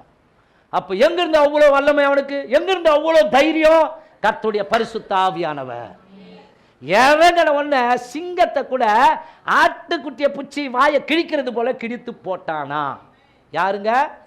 சிம்சோன். ஒரு முறை இஸ்ரவேலுக்கு எதிராக பெலிஸ்தர் எழும்பும்போது இந்த சிம்சோன் 300 நரிகளை பிடிக்கிறான். ஒரு நரி வாலு, இன்னொரு நரி வாலு, 2 வால்லையும் தீப்பந்தத்தை கட்டுறான். இப்படி 150 ஜோடிகள் நரி, ஆக 300 நரிகள் அந்த பந்தத்துல கவனிங்க கொளுத்தி அந்த 300 நரிகளை ஓட வைக்கிறான். எங்கன்னா கவனிங்க, பெலிஸ்தருடைய வெள்ளாமை விவசாய நிலங்கள், ஒலிவ தோப்புகள், திராட்சை தோட்டங்களில் அனுப்பி அவைகளை எல்லாம் அழிக்கிறான். ஒரு நரியை நம்மளால பிடிக்க முடியாது, ஓர ஒரு நாயை பிடிக்க முடியாது, எங்க கோயை கூட பிடிக்க முடியல. அவன் 300 நரியை பிடிச்சான காரணம் அவன் மேல் இருந்த அபிஷேகம். கையை தட்டி, ஓ பரிசுத்த ஆவியானுடைய வல்லமை, இயற்கைக்கு அப்பாற்பட்ட பயங்கரமான காரியங்களை செய்யும் வல்லமை. ஆமென். அந்த ஆவியானவர் இந்த நாட்களில் நீ நான பெற்றுக்கொண்டு நம்ம உள்ளத்திலே தங்கி இருக்கிறார். அப்படிப்பட்ட ஆவியானவர் துக்கப்படுத்தலாமா? ஆமென். இவன் துக்கப்படுத்தி இருக்கிறாங்க. ஒரு முறை மறுபடியும் பெலிஸ்தர்கள் வரும் பொழுது ஒரு கழுதையின் பச்சை தாடை எலும்பை கொண்டு 1000 பேரை கொன்று போட்டான். இந்த பெலிஸ்தர் யோசிக்கிறாங்க, என்னடா இவன் ஒரே ஆள் இப்படிப்பட்ட காரியங்களை செய்கிறான், இவங்கிட்ட அப்படி என்ன பலம், அவன் பலம் எங்க இருக்குது? அதை அறிந்து கொள்ள அவங்க வகை தேடுகிறார்கள். அதே போல நீ என்னதான் ஆவியின் அபிஷேகத்தை பெற்றுக்கொண்டு துள்ளாலும் உனக்கு இருக்கிற வீக்னஸை பிசாசு பார்த்து கொண்டு இருக்கிறான். அதை டச் பண்ணி உன்னை விழ வைப்பான். ஜாக்கிரதையாயிரு, இதோ திருடனை போல வருகிறேன், உன் தன் மானம் காணப்படத்தக்கதாய் நிர்வாணமாய் நடவாதபடிக்கு தன் வஸ்திரத்தை, ரட்சிப்பை, பரிசுத்தத்தை, விசுவாசத்தை, மனம் திரும்பின வாழ்க்கையை காத்துக் கொள்ளுகிறவன் பாக்கியவான். ஹல்லேலூயா. இவன் விழுந்து போனதுக்கு காரணமே பொம்பளைங்க மேல இருந்த காமவெறி தான். பொம்பளைங்க மேல இருந்த காமவெறி. அட படுபாவி, விலையேறப்பட்ட ஒரு அபிஷேகத்தை ஆண்டவர் உனக்குள்ள வச்சிருந்தாரு. பார்க்கிற பொம்பளைலாம் இச்சித்து இச்சித்து இச்சித்து இச்சித்து மேன்மையான ஆசீர்வாதமாகிய பரிசுத்த ஆவியானவரை துக்கப்படுத்தி துக்கப்படுத்தி அவரை விட்டு நீ இழந்து தனி மனுஷனா இருக்கிறபடினால்தான் பெலிஸ்தர்கள் உன்னை பிடிச்சி கட்டி வேலையா எது பாவம் செஞ்சோ அந்த 2 கண்ணையும் பிடிக்கிட்டாங்க. இப்போ குருடனாய் மாறிவிட்டான். எந்த கையால கவனிங்க எதிரிகளை வீழ்த்தினாலும் அந்த கைகளிலே விலங்கு பூட்டப்பட்டது, கால்களிலே விலங்கு பூட்டப்பட்டது. கடைசியில நாயை விட கேவலமா பெலிஸ்திய ஜனங்களுக்கு அவன் ஒரு பரியாசமான கேலிக்குரிய ஒரு மனிதனாய் மாறி போனான். அவனை ஜோக்கரா மாத்திட்டாங்க. அவங்க செய்கிற களியாட்டு நிகழ்ச்சிகளில் அவனை கொண்டு வந்து இவன் தான் 300 நரிகளை பிடிச்சி வெள்ளாமையில் விட்டுவன், இவன் தான் 1000 பேரை கொண்டு குவிச்சவன் தான், இவன் தான் சிங்கத்தை என்ன பண்ணவன் சாவடிச்சவன், இங்க பாரு ஜோக்கரா இருக்கிறான்னு சொல்லி கெக்கே புக்கேன்னு பெலிஸ்தியர் சிரிக்க ஆரம்பித்தாங்களாம். காரணம் அவன் கண்களில் இருந்த காம இச்சை, பெண்களின் மேல் இருந்த இச்சை. முதலாவது வசனம் சொல்கிறது ஒரு முதல் காரியம். நியாயாதிபதிகள் புஸ்தகம் 14:1 வசனத்திலிருந்து 3 வசனம் வரைக்கும். சிம்சோன் திம்னாத்துக்கு போய் திம்னாத்திலே பெலிஸ்தரின் குமாரத்திகளில் ஒரு பெண்ணை கண்டு திரும்ப வந்து தன் தாயும் தகப்பனையும் நோக்கி, திம்னாத்திலே பெலிஸ்தரின் குமாரத்திகளில் ஒரு பெண்ணை கண்டேன், அவளை எனக்கு கொல்ல வேண்டும் என்றான். அப்பொழுது அவன் தாயும் அவன் தகப்பன் அவளை நோக்கி, நீ போய் விருத்த சேதனம் இல்லாத பெலிஸ்தரிடத்தில் ஒரு பெண்ணை கொல்ல வேண்டியது என்ன? சகோதரரின் குமாரத்திகளிலும் எங்கள் ஜனம் அனைத்திலும் பெண் இல்லையா என்றார்கள். சிம்சோன் தன் தகப்பனை நோக்கி, சிம்சோன் புறஜாதி பெண்ணாகிய அவளுக்காக பரிந்து பேசுகிறான் தகப்பன் கிட்ட. அவள் என் கண்ணுக்கு பிரியமானவள், அவள் என் கண்ணுக்கு பிரியமானவள், அவளை பார்த்தா எனக்கு ஏது என்ன ஏது காமவெறி. தப்பா நினைக்காதீங்க, இன்னைக்கு அப்படிதான். அதில் தான் நிறைய பேர் விழுந்து போறாங்க. ஒரு ஊழியம் செய்கிறவனை விழ வைப்பது, ஒரு தேவ பிள்ளையை விழ வைப்பது 3G. ஒன்று குளோரி, இன்னொன்று கேல், இன்னொன்று கோல்டு. ஓகேவா? பொன்னாசை, பெண்ணாசை, மண்ணாசை. இந்த 3த்துல எது இல்லைன்னா ஒன்றில் ஆட்சி வீழ்த்திடுவான். ஆகவே இந்த 3ஐயும் ஆண்டவராகிய இயேசு கிறிஸ்து வனாந்தரத்திற்கு போய் 40 நாள் ஃபாஸ்டிங் பிரேயர் இருந்து வெளியே வரும்போது பிசாசு வந்தான், சோதனைக்காரன். அனாஸ்மா கத்த ஜெயித்தான். கையை தட்டி அந்த யூத ராஜ சிங்கத்துக்கு கரங்களை தட்டி தேவனுக்கு மகிமை கொடுப்போம். ஆகவேதான் அவர் சொல்றாரு, உலகத்தில் உபத்திரம் உண்டு, தினம் கொள்ளுங்கள், நான் இந்த உலகத்தை ஜெயித்தேன். தேவனால் பிறப்பதெல்லாம் உலகத்தை ஜெயிக்கும். உன் விசுவாசமே உலகத்தை ஜெயிக்கிற ஜெயம். ஜெயங்கொள்ளுகிறவன் பெயர் ஜீவ புஸ்தகத்தில் நிலைச்சிருக்கும். ஜெயங்கொள்ளுகிறவனுடைய பெயர் பிதாவின் முன்பாகவும் தேவ தூதர் முன்பாகவும் கவனிக்க அறிக்கை பண்ணுவேன். ஜெயங்கொள்ளுகிறவன் எவனோ அவனுக்கு வெண்வஸ்திரம் தரிக்கப்படும் சொன்னாரா இல்லையா? அப்போ கவனிங்க, அவள் என் கண்ணுக்கு பிரியமானவள், அவளையே எனக்கு கொல்ல வேண்டும் என்றான். இன்னொரு உதாரணம் சம்பவம். நியாயாதிபதிகள் புஸ்தகம் 16 வசனம். கவனிங்க, பின்பு சிம்சோன் காசாவுக்கு போய் அண்டர்லைன் பண்ணுங்க, அங்க ஒரு விபச்சாரியை கண்டு அவளிடத்தில் போனான். கர்மம் முச்சவனே, உன் மேல அபிஷேகம் இருக்குது இல்ல, கர்த்தர் உன்னை அழைச்சார் இல்லையா, நீ நசரேய விரதம் இருக்கிறவன் இல்லையா, உனக்கு உணர்வே இல்லாம போச்சே. அல்லேலூயா. எங்க போறான் பாருங்க. இப்போ துணிகாரன் வந்து வேசிக்கிட்டே போக ஆரம்பிச்சிட்டான். 3வது படிங்க, நியாயாதிபதிகள் 16 4 வசனம். அதற்கு பின்பு அவன் சோரே காற்றங்கரையில் இருக்கிற ஐயா பயங்கர மோசமான இருக்குதுப்பா. அடுத்த ஒரு பொண்ணு தெளிலான். அடா பாவி, பார்க்கறதுலாம் விழுந்துறாரு இவரு, பார்க்கறதுக்கெல்லாம் இவர் மடிஞ்சிடுறாரு. இன்னைக்கு எந்த பூனை பால் குடிக்கும் நம்ப முடியல. ஆமென், அல்லேலூயா. சொல்லுவாங்க, பக்தி உள்ள பூனைக்கு பக்குள்ள கருவாடு. எங்க ஒளிஞ்சிருக்குது தெரியாது. சந்தர்ப்ப சூழ்நிலை கிடைச்சா போதும், அவ்வளவுதான், அப்படியே உழுந்து மேய்ஞ்சிட்டு வரும். ஆகவே ரொம்ப ஜாக்கிரதையா இருக்கணும். அல்லேலூயா. அதுதான் இன்னைக்கு ஊழியத்தில் கூட போனா கணவன் மனைவியா போக சொல்றாங்க. ஆமா இல்லையா? அப்படியா 2 பேரா போகணும். ஸ்தோத்திரம், ஹல்லேலூயா.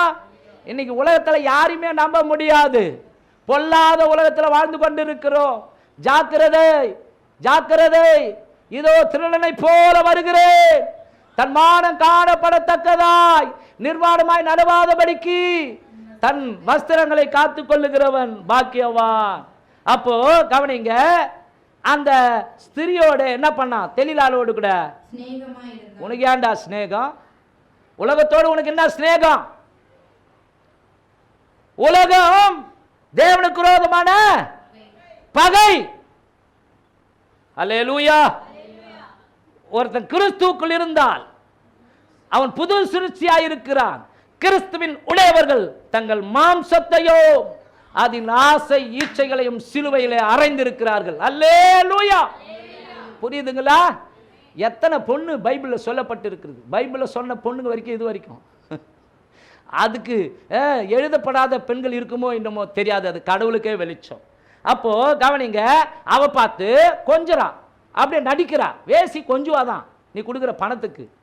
அப்போ என்ன உன்னை வந்து இவ்வளோ பலம் கேள்விப்பட்டேன், சிங்கத்தை கீழ்ச்சிட்டியாம, 300 நரிகளை என்ன பண்ணு வெள்ளாமையில் விட்டுட்டியாம பிடிச்சி ஒரு நரியை பிடிக்கிறது. அப்பா நீ எவ்வளோ பயங்கர பலசாலி, அந்த பலம் என் ரசா, என் கண்ணுக்கு பிரியமானவனே, நீ தாண்டா என் அழக, நீ தாண்டா என் புருஷ, அந்த பலம் எங்கடா இருக்குது? ஒரு தடவை போய் சொல்லிடுறான், 2வது தடவை சொல்லிடுறான். ஆனால் நித்தம் நித்தம் நித்தம் நித்தம் நித்தம் நித்தம் நித்தம் அதுதான் பொம்பளைங்கிட்ட எதுவுமே சொல்லக்கூடாது. ஆமாம். சில பேர் அவங்க பலவீனமானவங்களாம், அவங்க பலவீனமானவங்களாம். கவனிங்க, ஒருத்தர் என்ன பண்ணா, கைனி வெளின்றீங்க இல்லையா, விவசாய நிலத்தில் இந்த மடை மாத்திரம் தண்ணி மடை மாத்துறாங்க இல்லையா, அதில் சண்டை வந்து ஒருத்தனை அடித்து காலி பண்ணி போச்சிட்டான். இப்போ அவன் எங்கே போயிட்டான்னு தெரியாது, அவன் காணாமே போயிட்டான்னு ஊர் பேசின்னு இருக்குது. வருஷங்கள் உருண்டோடி போச்சு, யாருக்குமே தெரியல. ஆனால் சாகும்போது அவன் சொன்னானா, டேய் அந்த நிலா தாண்டா சாட்சி, எட்டி வச்சானா, போடா நிலா சாட்சி, நிலா வந்து சாட்சியா சொல்ல போது. ஓகே. ஒரு நாள் கைத்து கட்டியில் வெளியே படுத்துருக்கும் போது அவனா நிலாவை பார்த்து நிலா சாட்சின்னு அவன் செத்தவன் சொன்னான். நிலா எங்கேருந்து சாட்சி சொல்ல போது சிரிக்க ஆரம்பித்தானா. இப்போ பொண்டாட்டி கேட்டுச்சான், என்னங்க தன்னாலே சிரிக்கிறீங்க? ஒன்றும் இல்லைம்மா சிரிக்கல. இல்லை இல்லை ரொம்ப ஓவராக சிரிச்சிங்க, என்னங்க என்னங்க என்னங்க என்னங்க அப்படின்னு வம்பு பண்ணவோ சொல்லிட்டான். இன்னும் ஒன்றும் இல்லைம்மா, ஒரு 10 வருஷத்துக்கு முன்னாடியே கோபால்னு ஒருத்தன் தான் இல்லை, ஆமாம் காணாமல் போயிட்டார். அடிப்பாய் காணாமல் போகலடியே, அவனை அடிச்சு கொண்டு விட்டேன். அவன் சாகும்போது சொன்னான், அந்த நிலா வெளிச்சதை பார்த்து நிலா அவனுக்கு சாட்சி சொல்லும் அப்படின்னு. கேனப்பயல் அவனை போச்சு, இவ்வளோ வருஷம் ஆகுது, அவன் காணாமையே போயிட்டான்னு ஜனங்க நினச்சின்னு இருக்கிறாங்க. நிலா சாட்சி சொல்லுமா. அவன் என்ன பண்ணா, ஒரு நாள் 7 மணிக்கு குளத்தில் தண்ணி எடுக்க போனாலாம். தண்ணி எடுக்க போனவொடனே அந்த தண்ணி எடுக்கும்போது அதாவது தள்ளுவோம் இல்லையா, தள்ளும் போது தண்ணி மொல்லணும் இல்லையா, கூட ஒருத்தி வந்து மொல்றா. அப்படி மொல்லும் போது நிலா தெரிஞ்சவொடனே இவளை சிரிக்க ஆரம்பிச்சிட்டாரான். எங்கள் வீட்டுக்கார அந்த கோபால ஆட்சி கொண்டு சாகும்போது நிலா சாட்சி சொல்லணும்னு சொல்லியிருக்கிறான். ஆனால் அந்த நிலா எங்கே சாட்சி சொல்ல போது சிரிக்க ஆரம்பிச்சாலும். ஒரு பக்கத்தில் இருக்கிற அவர் ரோசி சொன்னாலாம், ஏண்டிய கற்பகம் எதுக்கு நீ சிரிக்கிற, சொல்லிடி சொல்லிடி சொல்லிடினோடனே உயிர் தோடினோன்னு சொல்ல ஆரம்பிச்சுட்டான். சொன்ன உடனே ரோசி எல்லாருக்கும் பற்ற வச்சிட்டா. வீட்டு வாசலில் போலீஸ் இப்போ வந்து நிற்குது, மவனை வாடா. அது மாதிரி தான் இவன் ரகசியத்தை சொல்ல ஆரம்பிச்சிட்டான். யாரு? சிம்சோன். கவனிங்க, பைபிள் சொல்கிறது நியாயாதிபதிகள் 16ஆம் அதிகாரம் 16-17. இப்படி அவனை தினம் தினம்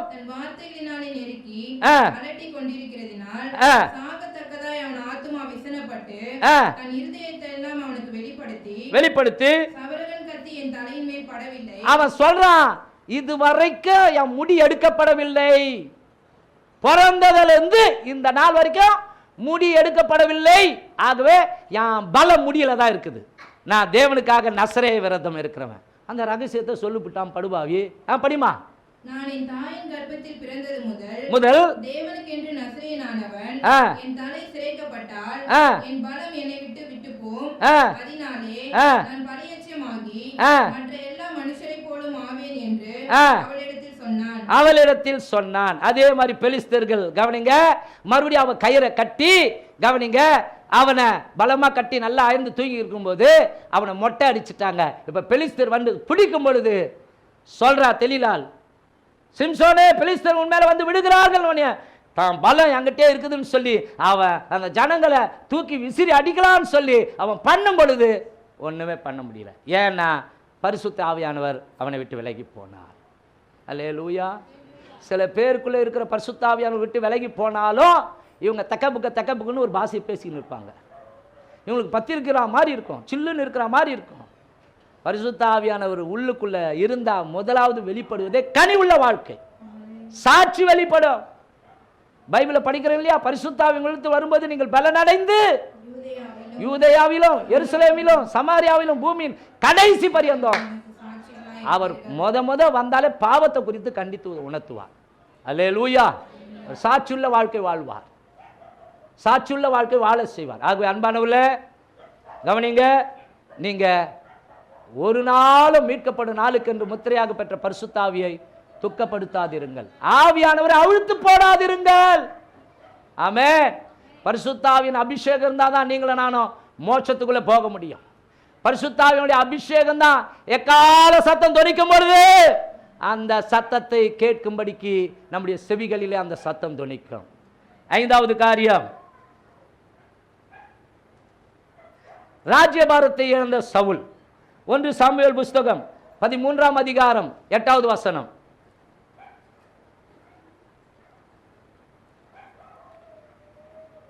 அவன் தனக்கு சாமுவேல் குறித்த காலத்தின்படி 7 நாள் மட்டும் காத்திருந்தான்.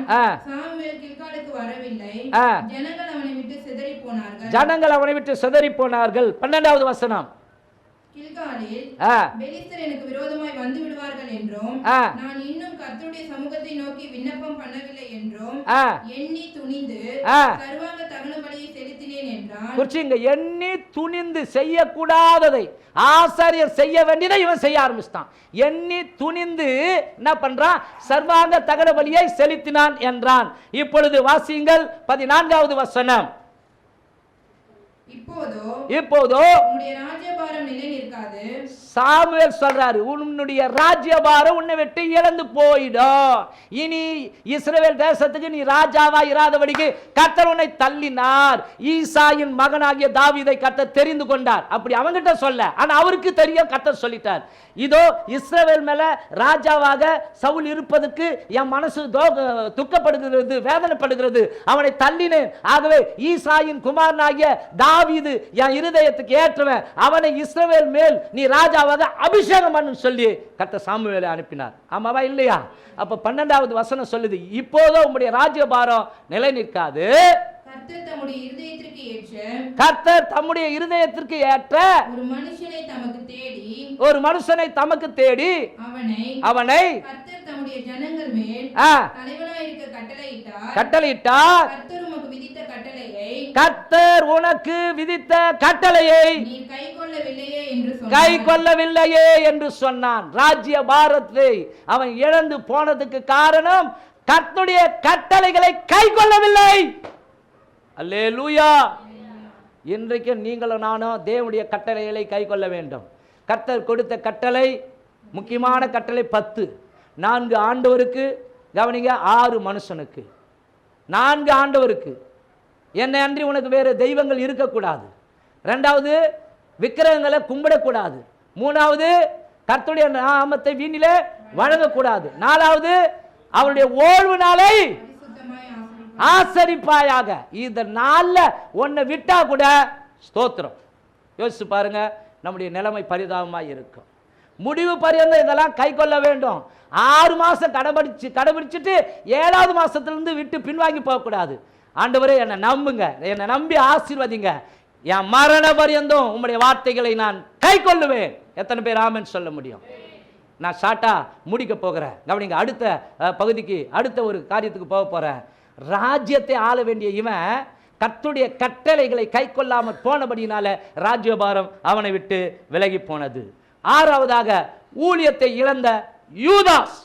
அப்போஸ்தலர் புஸ்தகம் 1ஆம் அதிகாரம் 24வது வசனம். எல்லாருடைய இருதயங்களையும் அறிந்திருக்கிற கர்த்தாவே, யூதாஸ் என்பவன், அண்டர்லைன் பண்ணுங்க, தனக்குரிய இடத்தை, அப்போஸ்தலன் என்று சொல்லப்படுகிற, ஊழியக்காரன் என்று சொல்லப்படுகிற, தேவனுடைய சீடன் என்று சொல்லப்படுகிற தனக்குரிய இடத்தை இழந்து போன இந்த ஊழியத்திலும் இந்த அப்போஸ்தல பட்டத்திலும் பங்கு பெறுவதற்காக போதுங்க. கவனிங்க, என்ன இழந்து போனான்? அப்போஸ்தலன் என்கிற ஒரு பட்டத்தை. என்ன இழந்து போனான்? தேவனுக்காக பணி செய்ய வேண்டிய ஊழியத்தை. புறப்பட்டு போய் பவுலை போல, பேதுரை போல, யோவானை போல சகல ஜாதிகளுக்கும் இந்த சுவிசேஷத்தை சொல்லி அவர்களை ஆசீர்வாதத்துக்குள்ளே கொண்டு வர அழைக்கப்பட்டவன் தன் அழைப்பை இழந்து, ஊழியத்தை இழந்து, வஞ்சித்து, அதாவது 30 வெள்ளி காசுகளுக்காக ஆசைப்பட்டு இயேசுவை காட்டி கொடுத்தான். ஆமென். இன்றைக்கு நீங்கள் தேவனை விட்டு பின்வாங்கி போய் அலங்கோலமாக வாழ்ந்து கொண்டிருக்கிறீர்கள் என்றால் நீங்களே தேவனை சிலுவையிலே அறைந்து கொன்றவர்கள். அப்படிப்பட்டவங்க எல்லாரும் மறுபடியும் இயேசுநாதர் சிலுவையில அறைய வச்சு அவரை வேதனைப்படுத்துறாங்கன்னு அர்த்தம் பைபிள் சொல்கிறது. இயேசுவை கவனிங்க, மற்றவர்களுக்கு முன்பாக நம்ம வெளிப்படுத்தாமல் நம்முடைய அலங்கோலத்தை, நம்முடைய அசிங்கங்களை, நம்முடைய அருவருப்பான வாழ்க்கையை காண்பிப்போமானால் நாமே இயேசுவை காட்டி கொடுத்தவர்கள். எத்தனை பேர் ஒத்துக்க முடியும்? அல்லேலூயா. உங்களை நம்பி என்னை நம்பி கடவுள் அழைச்சார். என் புள்ள உண்மையாக இருப்பான். போராட்டம் வந்தது யோபுக்கும், பிரச்சனை வந்தது யோபுக்கும், வியாதி வந்தது, பிள்ளைங்க செத்து போனாங்க, சொன்னான் கர்த்தர் கொடுத்தார், கர்த்தர் எடுத்தார். கர்த்தருடைய பரிசுத்த நாமத்திற்கு ஸ்தோத்திரம். பொண்டாட்டி வந்து சொல்றா, இந்த நிலைமையில நீ இயேசுவை பின்பற்ற போறியா? பசாத ஒன்று சொல்றேன் கேளு, தேவனை தூசித்து ஜீவனை விடு, பைத்தியக்காரி பிதற்றுகிறது போல பிதற்றுகிறாய, தள்ளிப்போ அப்பால போ பைத்தியக்காரி. தேவனத்திலிருந்து நன்மையை பெற்றுக்கொள்ளும் போது ஆண்டவர் நல்லவன் சொல்ற நாம தீமை வந்துட்டா ஆண்டவர் கெட்டவன் விட்டு போயிடலாமா? ஆஹா, என்னை கொன்று போட்டாலும் என் நம்பிக்கை அவர் மேல் இருக்கும். ஹல்லேலூயா, ஆமென்.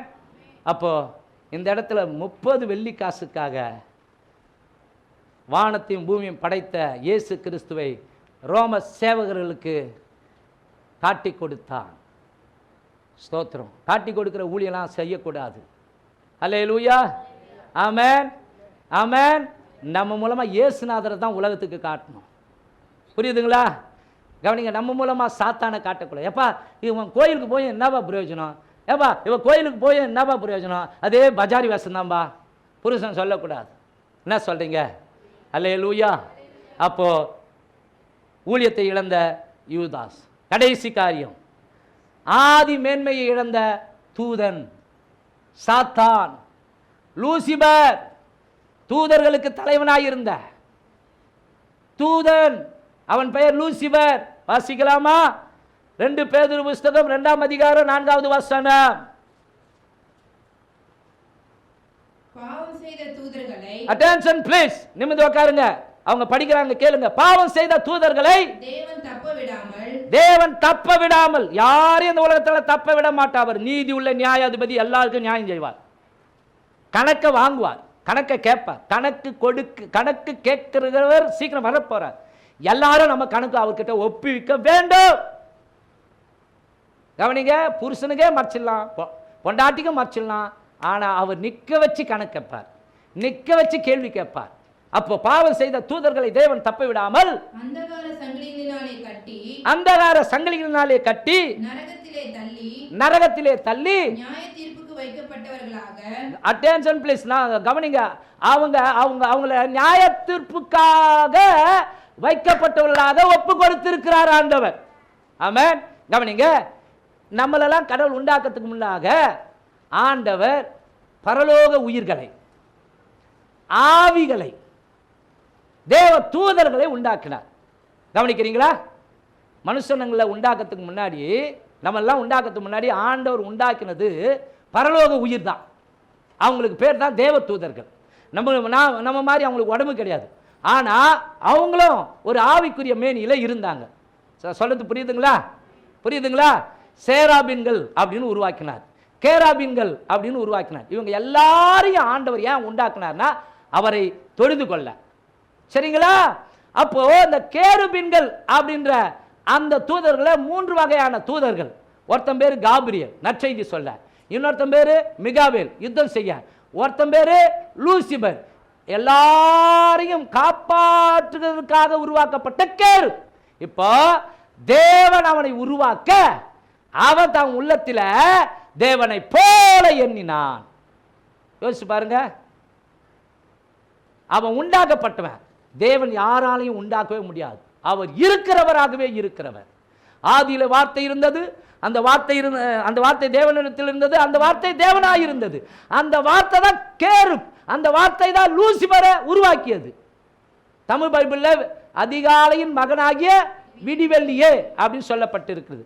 இந்த லூசிபர் போக போக போக போக கவனிங்க, 1/3 தூதர்களை தன் பக்கமாய் இழுத்து உள்ளத்திலே பெருமை கொண்டு தேவனுடைய சிங்காசனத்துக்கு நிகராக என்னுடைய சிங்காசனமும் இருக்கும், நான் தேவனை போன்றவன், நானும் எனக்கு ஆராதனை வேணும்னு சொல்லி அவன் உள்ளத்தில் பெருமை கொண்டபடினால உண்டாக்கப்பட்ட இவனை உண்டாக்கினவருக்கு தெரியாதா என்ன நினைக்கிறான்னு சொல்லி, ஆகவே அந்த எண்ணமே அவனை பாவத்துக்குள்ளாக்கி கர்த்தர் அவனை அடித்தார், அவன் கீழே விழுந்தான்.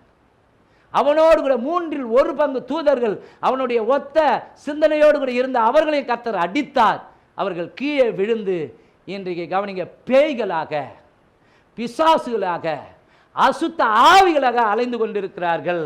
அவர்களுக்கு தலைவனாக லூசிபர் இருக்கிறான். அவனுக்கு இப்பொழுது கொடுக்கப்பட்ட பெயர் சாத்தான், வலுசர்பம், அல்லேலூயா, மனுஷ கொலை பாதகன், திருடன், இப்படிலாம் பேர் கொடுக்கப்பட்டிருக்கிறது. செத்தவங்க யாரும் இன்னைக்கு பேயா வர மாட்டாங்க அன்பானவர்களே. செத்தா 2 இடத்துக்கு தான் போகணும். இயேசுவை ஏற்றுக்கொண்டால் மோட்சத்துக்கு, இயேசுவை ஏற்றுக்கொள்ளலன்னா பாதாளத்துக்கு. புரியுதுங்களா? ஆனா செத்தவங்க பேர்ல வந்து பேர் சொல்லுதுங்களே, அது அசுத்தாவிகள், அதுக்கு பேய்ங்க. புரியுதுங்களா? அவைகளுக்கு உடம்பு வேணும், இல்லைன்னா பாதாளத்தில் போய் கத்தணும், வேதனை பண்ணணும். ஆகவே வந்து ஒருத்தர் மேலே ஏறிக்குச்சுன்னா போகவே போகாதுங்க, அதுங்களுக்கு ஆராதனை வேண்டும். ஆகவே தான் பிசாசானவன் இன்றைக்கு அவன் ஒரு கூட்டத்துக்கு, பொல்லாத ஆவிகளுக்கு, இப்படி விழுந்து போன ஆவிகளுக்கு அவன் தலைவனாக இருந்து யாரை விழுங்கலாமோ என்று வகை தேடி சுற்றி தெரிந்து கொண்டிருக்கிறான். ஆதியில இருந்த மேன்மையை இழந்தான். ஆமென். ஆதியில எப்படிப்பட்ட ஒரு பொசிஷனை ஆண்டவர் கர்த்தர் கொடுத்திருந்தா தெரியுமா? ஆகவே தான் அவனுக்கு நம்மளை பார்த்தா பொறாமை, வெறுப்பு. ஐயோ, எனக்கு இந்த ஞானம், இந்த அற்ப மண்ணிலிருந்து எடுக்கப்பட்ட ஜனங்களுக்கு ஆண்டவர் கொடுத்துட்டாரு, எனக்கு இருந்த அழகு அவங்களுக்கு கொடுத்துட்டாரு, எனக்கு இருந்த அதிகாரத்தை அவங்களுக்கு கொடுத்துட்டாருன்னு சொல்லி நம்ம மேல அவன் குறியா இருக்கிறான். அவன் போய் விழ போற இடம் எதுங்க? நரகம். ஆகவே தான் அந்த நரகத்துக்கு அவரால் படைக்கப்பட்ட ஜனங்களையும் கொண்டு போவதற்காக அவன் அப்படியே கங்கணம் கட்டி கொண்டு சுற்றி திரிந்து கொண்டிருக்கிறான். பாவத்தில் தள்ளுகிறான், அசுத்தத்திலே தள்ளுகிறான், சாராயம் குடிக்க வைக்கிறான், வேசிதானம் பண்ண வைக்கிறான், விபச்சாரம் பண்ண வைக்கிறான், கொலை பண்ண வைக்கிறான், அநியாயங்களை செய்ய அவன் தாங்க காரணம். ஹல்லேலூயா, ஆமென். ஆகவே இன்னொரு வசனத்தை படித்து முடிப்போம். யூதா 1:6 சொல்லுகிறது. யூதா 1:6, தங்களுடைய ஆதி மேன்மையை காத்துக்கொள்ளாமல், தங்களுடைய ஆதி மேன்மையை காத்துக்கொள்ளாமல், தங்களுக்குரிய வாசஸ்தலத்தை விட்டுவிட்ட, கவனிங்க, தங்களுக்குரிய வாசஸ்தலத்தை விட்டுவிட்ட தூதர்களையும் மகாநாளின் நியாயத்தீர்ப்புக்கு என்று நித்திய சங்கிலிகளினாலே கட்டி அந்தகாரத்தில் அடைத்து வைத்திருக்கிறார். ஒரு நாள் வரும், அந்த நாளில அந்த ஆவிகளுக்கெல்லாம் அக்னியும் கந்தகம் எரிகிற நெருப்பு கடல் என்று சொல்லப்படுகிற நரகம். ஆகவே போற பேய் சும்மா போகாது. கடவுளே, உங்களுக்கு வேதனையை நாங்க உண்டாக்கும். எப்படி? நீங்க படிச்ச மனுஷர்களையும் நாங்க உங்களுக்கு விரோதமா திருப்பி எங்களுக்கு ஆராதனை பண்ண வச்சு அது நிமித்தமாய் உமக்கு கோபம் உண்டாகும். நீர் அவர்களை நியாய தீர்ப்பின் நாளில எங்களோடு கூட நரகத்திலே தள்ளுவீர். ஆகவேதான் இந்த ஜனத்தை மீட்டெடுக்கும்படிக்கு அவர்கள் செய்கிற எல்லா பாவங்களுக்கும் கவனிங்க, ஒரு முற்றுப்புள்ளியாய் ஒரு பலியை கொடுக்கும்படிக்கு பாவமே இல்லாத வார்த்தையாகிய அந்த பரிசுத்தமான தெய்வம் இந்த பூமிக்கு மாம்சத்தில் வெளிப்பட்டார். அந்த மாம்சத்தில் வெளிப்பட்ட தெய்வத்தின் பெயர் தான் இயேசு கிறிஸ்து. கரங்களை தட்டுவோமா? ஆகவேதான் பைபிள் சொல்கிறது, யோவான் 3:16, தேவன் தம்முடைய ஒரே பேரான குமாரனை விசுவாசிக்கிற எவனோ அவன் கெட்டு போகாமல் நித்திய ஜீவனை அடையும்படிக்கு அவரை தந்தரளி. அல்லேலூயா. அவரை பெற்றுக்கொண்ட நீங்கள் ஓடிக்கொண்டிருக்கிறீர்கள். ஸ்தோத்திரம். அவர் எங்கே உங்களை நடத்தி கொண்டிருக்கிறார் என்றால் நித்திய ஜீவனுக்கு நேராக, மோட்சத்துக்கு நேராக. ஆமென், ஆமென். ஆனால் அதை பறித்து கொள்ள, அதை உன்னிடத்திலிருந்து பிடுங்கி எறிய, உன்னை ஆக்கினைக்குள்ளாக தள்ள ஒருவன் சுற்றி திரிந்து கொண்டிருக்கிறான். ஆகவேதான் ஆண்டவர் சொல்றாரு, இதோ திருடனை போல வருகிறேன், தன் மானம் காணப்படத்தக்கதாய் நிர்வாணமாய் நடவாதபடிக்கு விழித்துக் கொண்டு தன் வஸ்திரங்களை காத்துக் கொள்ளுகிறவன் பாக்கியவான். இதோ சீக்கிரமாய் வருகிறேன், ஒருவனும் உன் கிரீடத்தை எடுத்துக்கொள்ளாதபடிக்கு உனக்குள்ளதை பற்றி கொண்டிரு. ஆமென். நம்ம ஒரு நாளும் கடவுள் நாம் கொடுத்த விசுவாசத்தை இழந்துடக்கூடாது, பரிசுத்தத்தை இழந்துடக்கூடாது, கனிவுள்ள ஜீவியத்தை இழந்துடக்கூடாது, நித்திய ஜீவனை இழந்துடக்கூடாது, கிருபையை இழந்துடக்கூடாது, பரிசுத்த ஆவியானவரை இழந்துடக்கூடாது.